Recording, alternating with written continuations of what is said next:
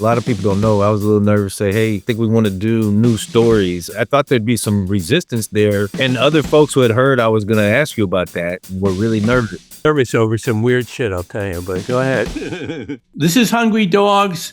I am still James Patterson. Today I'm interviewing someone of my own creation, the one and only Alex Cross, also known these days as Aldous Hodge, who plays Alex in the Amazon series Cross, which is based on my books. I'm also joined by Ben Watkins, the creator and showrunner. Ben is the boss of bosses on this show, and he's excellent. We talk about season 2. Season 1, by the way, was a huge hit for Amazon. Why great villains matter so much, and how the show makes Alex more complicated as a cop, a father, and a human being. I love what these guys did with the Alex Cross series. So here's Aldous Hodge and Ben Watkins. They're the best.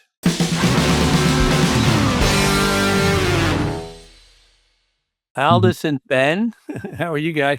So we got a second season coming, what, February 14th? Is that 11th? Oh, wow. 11th. Wow. February 11th. Trick question. Nice play. It started off with the curveball. No. I don't do curveballs. It's just straight down the middle. And then you're going to start shooting the third season soon too, right? Yeah. Yeah, hopefully. But tell us, because the people listen, everybody wants to see it. Just tell them a little bit highlights of the second season. I'm gonna let you kick that off. I don't know why. Well, the second season, we try to approach each season as if it were a book in the series. And the first season, obviously, was Hero Complex, and the second season we're calling Bitter Fruit. And there's a huge vigilante line in this season. So, we always have really compelling villains. I'm going to pretend like I don't know this, but I do know this, but go ahead. Yeah. So this one, we have Alex Cross on the hunt for a vigilante killer. Mm-hmm. But what's really cool about it is as the season unfolds, you start to have to question who's the real bad guy? Who's the real monster in this story? Is the vigilante a hero or a villain? And it really brings up some really cool stuff and makes Alex Cross have some real contradictions about, is he protecting a good person or a bad person?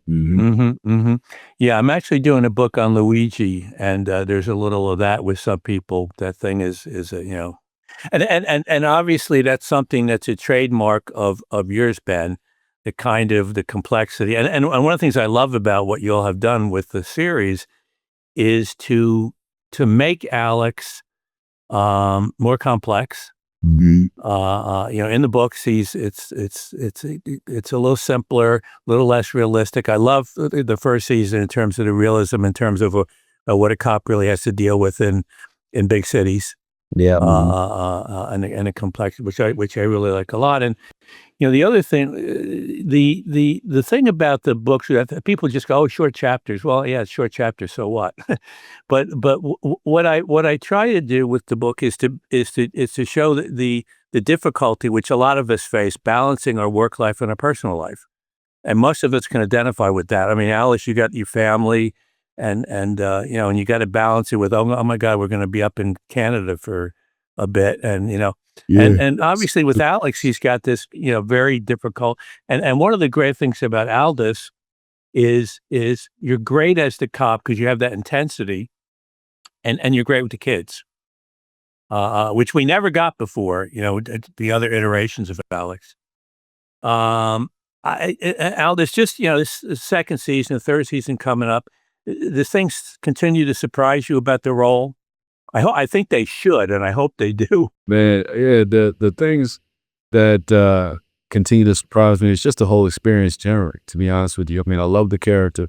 I love walking in these shoes. I love, obviously, the foundation that you laid down, and then right now, the sort of blueprint that Ben built around how we could tell this story. And, obviously, in this format is different.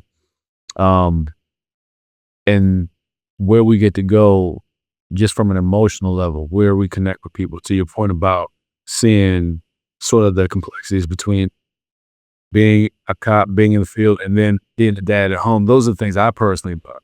But the things that keep me sort of guessing, the things that I don't know, that's also something I love. where Alex's journey is going to go season to season. And where his journey this season, I know for certain the audience is not going to be able to guess and figure it out. And then also the exposition of, our villains to a humane point of exposing who they are personally, so we get to understand them. That's what I love. It's one thing to jump to sort of an exciting, could be a movie, a show, whatever, where you have a dynamic villain, but it's a whole different experience to understand them here and in the heart. Now, whenever they do make their choices, I can see it from a completely different viewpoint.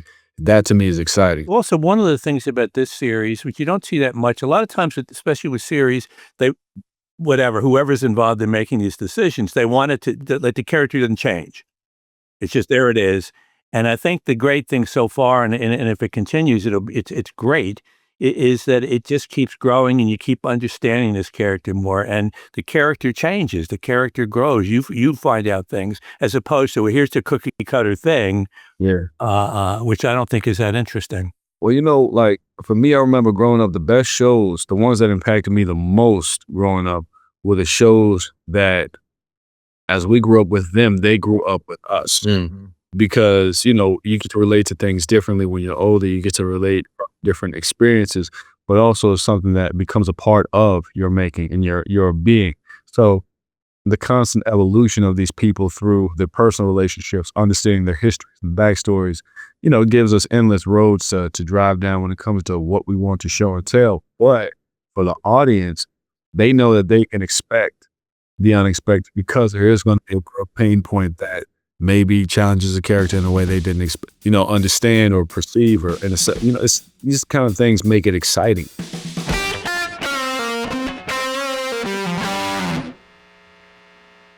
Ben, a lot of people don't follow, but the writer's room. How did the writer's room prepare for this second season? The big idea, and then executing it well in 8 episodes. Yeah, that was it was really interesting, because obviously this, just by virtue of a lot of circumstances, this season we had the writer's room and we shot it before season 1 had even premiered a year ago. Yeah.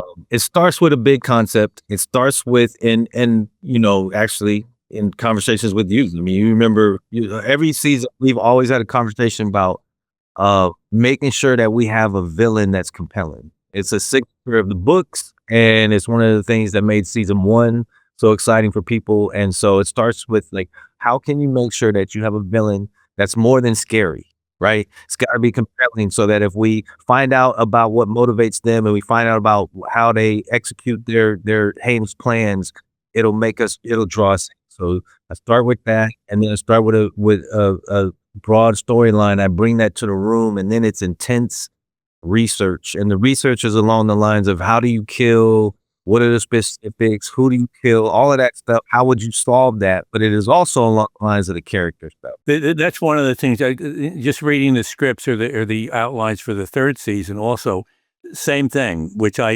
like the 3rd season a lot. Mm-hmm. In terms of the scripts. Really interesting. I love the idea of Samson out there running around naked in the 1st episode. We'll see how he likes that up in Canada. Isaiah doesn't even know about that, Jim. Oh, all right. Okay. Well, we'll try to keep it from him. All right. What do you guys enjoy about working with one another? What have been the joys about that whole thing? I don't even like this dude. Yeah. Oh, really? I thought that. If you knew what it was like when the camera's off. Nah, man. To be honest with you, so first of all, I mean, he's just, you awesome. Obviously, you know that. Ben is great. Ben is funny. What I appreciate the most is the counsel and the stewardship. When I came into this and we first started talking about working together, I told him that I took the producing side of things very seriously, and I wanted to learn and grow exponentially outside of where I had already started. I had some previous experiences as far as, producing, executive producing in spaces where the counsel wasn't really as readily, afforded to me. So to be welcomed in this environment, that gives me a great deal of confidence. And also the positivity that we have with our set that is established from the top down, through the way I see how he treats the crew, how he treats, our guests, our guest stars, all that kind of stuff. I feel like the leadership is quite admirable. So, along with working with somebody whose mind I respect, it's also the representation for me that I can, look up and aspire to in terms of how I want to run my business when I'm in a, when I've evolved to his position. I appreciate that. I think, and I love, How do you put up with Aldous though?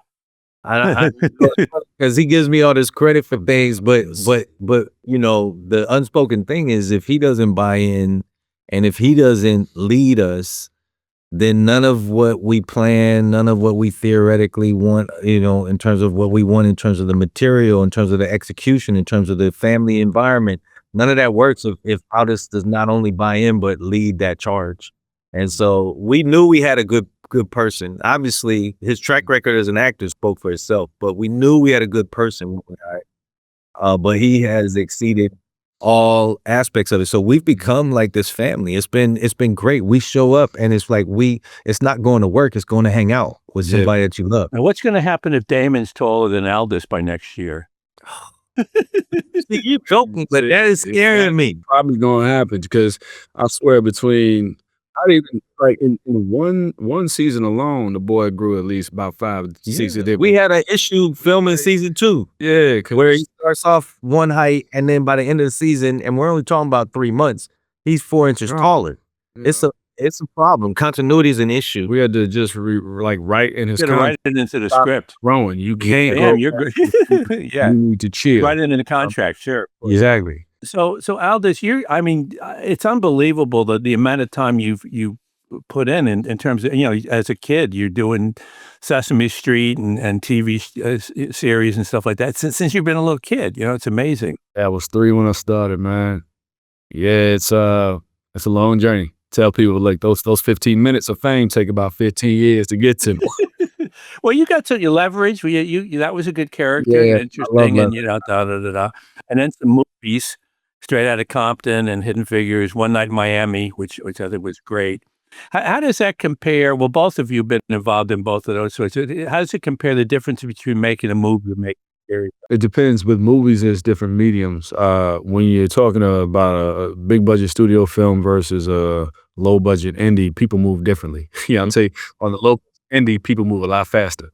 Well, there's a lesson for the big studios. Yeah. Well, with a TV show, I feel like with an established TV show, there's a bit more structure to once you're in production and you try. I mean, granted, you do lose time on days. You're scrambling to make up your hours to make sure you get the shots, to fight for locations. That's par for the course. But I feel like there's a bit more.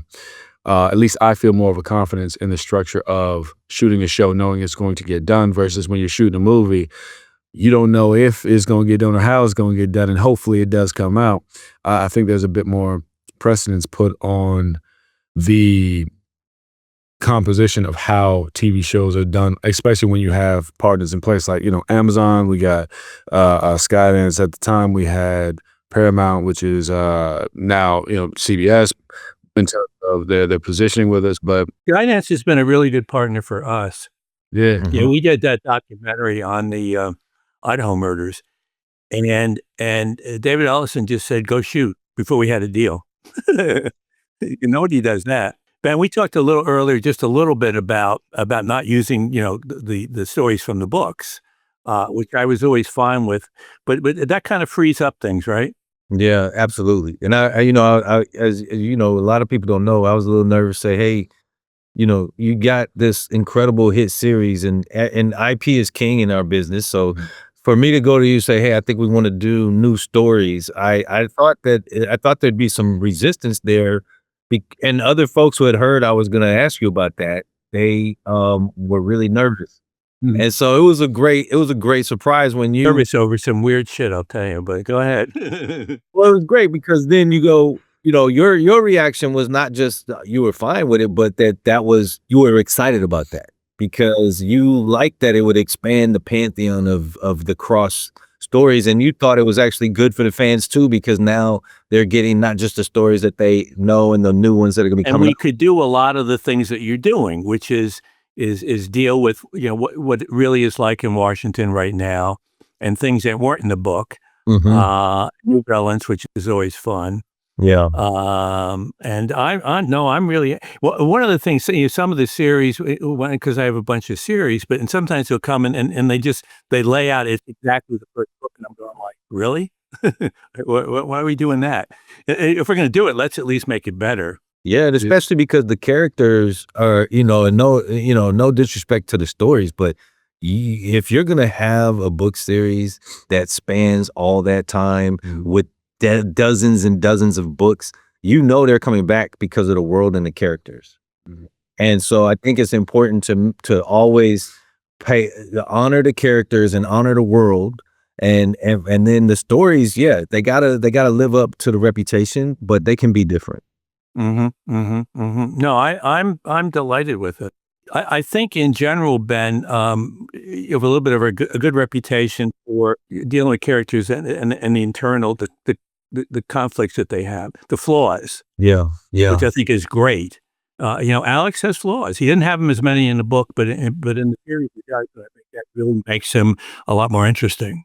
Yeah, I think that goes back to your earlier question too. For me as a writer, the difference between movies and TV is that in movies, your main character arcs.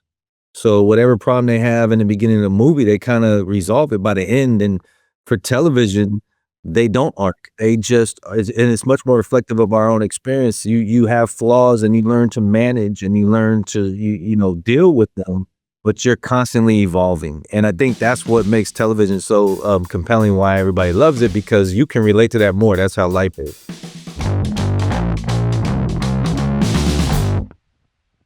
You know, Al, this is a lot of people don't know. There may be some do, but you know, you are a watchmaker, horologist, and a painter. And I'm just curious about how the love of watches and painting and precision and all that stuff affects your acting. Does it? Maybe it doesn't. I don't know. It does in almost an adverse way. It's about my approach to it. To me, acting is no different than painting or making a watch. It's all creation, right? And whatever I'm doing with the product I'm building, I'm creating or manicuring an experience that I want to have with my audience or my customers. So for me, building a watch is synonymous to building a character and their emotional journey for whatever they're dealing with, because I treat the sort of the process of inception the same. You know, what is the honest root of who they are? What is their why? What are we doing with it? So for me, it's really just architecture. I'm building an emotional experience. Where do I want to start you? Where do I want to take you? How do we want to end? Because every product that I think any market maker distributes, they're having a conversation with their audience through that product. Now it comes down to what you want to say. So I can apply that theory to any and all things, but I'm a conceptual designer. So when it comes to whatever needs to be crafted, it comes down to those principles. And, you know, like I said, it's either you make some magic or you make a mess. Either way, it's a beautiful experience. Do you continue? Do you make watches all year long? Well, yeah. So the process, most of my work on the watch side is easy enough to carry along. But, you know, once I do my conceptions or once I do my drafts and my designs and compositions, then I work with my team throughout the year. Have you made a watch for Ben yet? Not yet, huh? All right. Yeah, all right. One of one. I was telling somebody the other day, like I made some watches before that no one will ever see the light of day of. Okay. Because they do not reflect where I want to be. But the I one have some book outlines like that, and we'll see the. You know, the weirdest thing, they do an article on me for something, and this reporter was so thorough, she went back to Vanderbilt and pulled out my master's thesis, which was fiction. Oh, wow. And you know, she said, you know, people say you don't have as much style.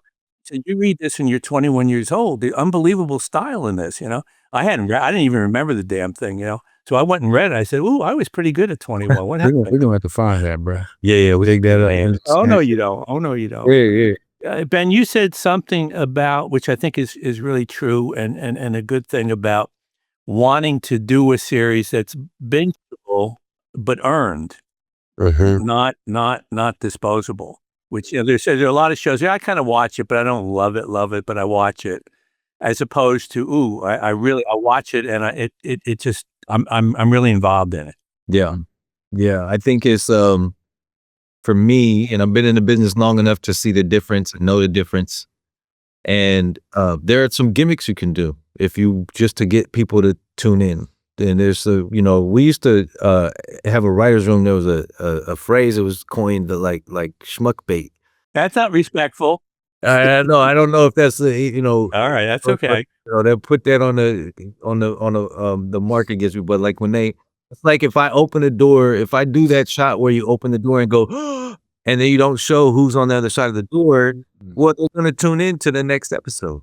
Oh no, I love it at the end of the thing where the viewers going, God damn it, don't stop now. Yeah, you really get pissed off, and I almost, you're like, oh no. And I think I think there's a place for that. But I think if you want to have longevity and you want to build a relationship with your audience, you have to have more than that. And that's what I mean by earned. Like, they need to want to come back, be with those people.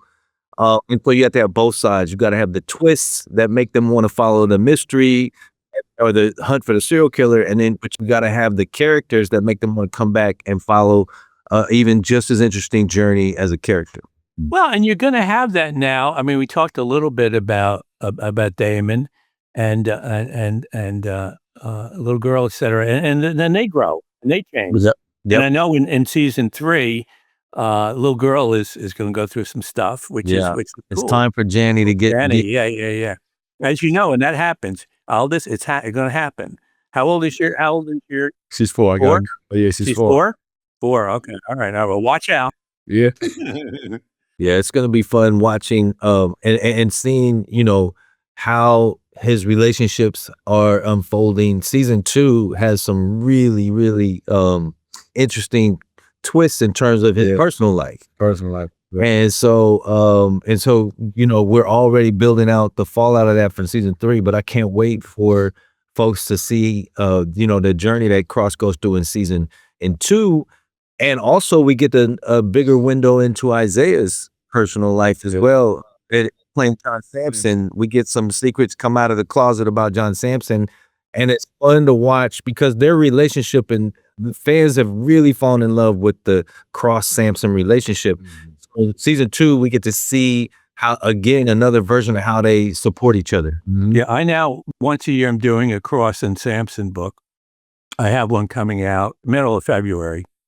Cross and Sampson, and the key to that is to separate them because they're always together. Yeah. So I just Sampson's and then what happens in that book, an older Damon, he's in his 20s at this point. He disappears in North Carolina.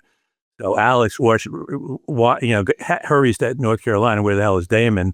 And meanwhile, something's going on in Washington. So Sampson is sort of left in Washington to deal with that. It's kind of fun, different, yeah. Yeah, that's pretty awesome. You need to write one of the series where something happens, like they got to go to somewhere warm, the family or whatever, and they shoot the whole season in Florida or something. We're trying to do that.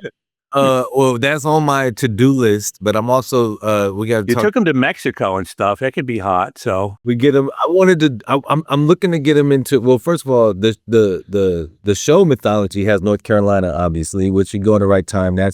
But I want to get them to New Orleans. I feel like okay, yeah. New Orleans works. That's high on the to-do list. So you got to talk to Skydance and Amazon. Them to let us shoot. I hope they gin up a little for the first episode of season 3 because it's ambitious and I think it'll be great. They might have to gin up a little bit more. Yeah, get a little bit more. Can you hit up David Ellison? You all that money for Warner Brothers. You got some money to a little bit. I think you got connections, so Not really, but Yeah, we love a great team though. They have pulled off so many amazing things for us on the production team, and we shoot most of the series in Toronto, but we always find a way to get to DC just out of respect for the show as that is the thing. But the Toronto crew has been amazing in, first of all, making the show feel like DC, but second, I'll ask them to do things that really shouldn't be possible and give them the budget, and they figure out a way to make it happen. Yeah, I think it's really good to go shoot footage, just footage, because that, as you've said before, I mean, it is one of the characters, and that doesn't cost a lot of money necessarily. You know, that's something you can do. And one of the exciting things for me now, I think you know about this, Viola Davis. We have a novel coming out in March, Judge Stone, and I think it's the best novel that I've ever done. Really, really good story. But interesting with her, and I think we're about to sell that for the movies too. But she said to me that she said, James, you would think I get all these great parts to play. He said, I don't get them. They don't come. And you know, I've said before, people always say, well, the fast pace and the short chapters and whatever. That's not what it's about. I think Alex Cross is a really interesting character. This thing we're doing with Viola, I think it's a really interesting character. And she loves the character. And she's interesting to work with because she's intense. So we have a 13-year-old girl, and I swear to God, she just keeps rewriting my dialogue on that 13-year-old, you know.